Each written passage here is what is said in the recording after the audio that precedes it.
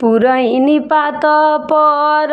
सुतेली गौरा देई सपना देखेली अद्भुत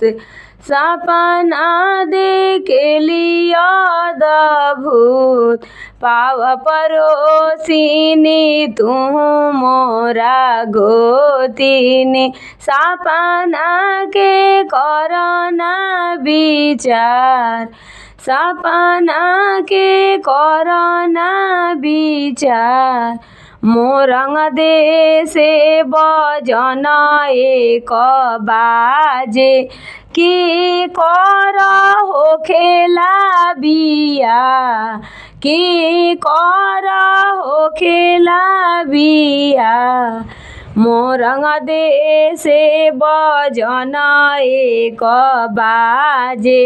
शिवजी के होला बिया शिवजी के होला बिया किया ए महादेव चोरनी से चटनी किया हम कोखी के बिहीन किया हम कोखी के बिहीन किया ए महादेव सेवा से चुकनी काहे कोइनी दूसरा बिया काहे कोइनी दूसरा बिया नहीं गौरा देई चोरनी से चटनी नहीं तू कोखी के बिहीन नहीं तू कोखी के बिहीन नहीं गौरा देई सेवा से चुकलू मम्मी कैली दूसरा बिया चाची कैली दूसरा बिया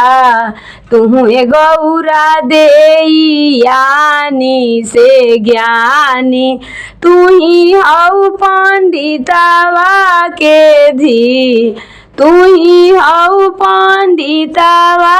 के धी पेन्हना गौरा देई अरी से पियरी सब तीन परिछ मनलाई पेन्हना गौरा देई अरी से पियरी सब तीन परिछ मनलाई बेटा बाजे रहिते पतोहिया परिछति सब तीन परिछलो ना जाय सब तीन परिछलो ना जाय बेटिया जे रहिती दामाद के परिछति सब तीन परिछलो ना जाय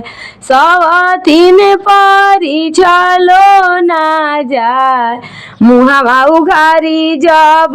देखेली गौरा देई ई त हई बहिनी हमार ई त हई बहिनी हमार 14 भुवन बहिनी बर नाही मिलले मोरा पीठी दरे आइलु दाल मोरा पीठी दरेलु आंगार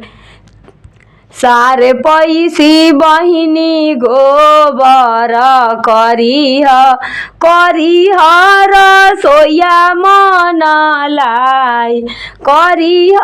रसोइया मनलाई हमरो लड़िकावा खेलई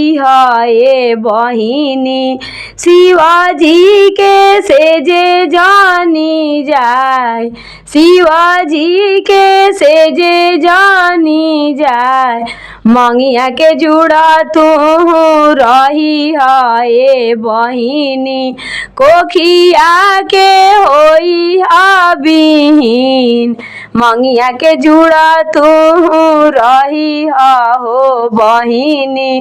कोखिया के होई बिहीन कोखिया के होई बिहीन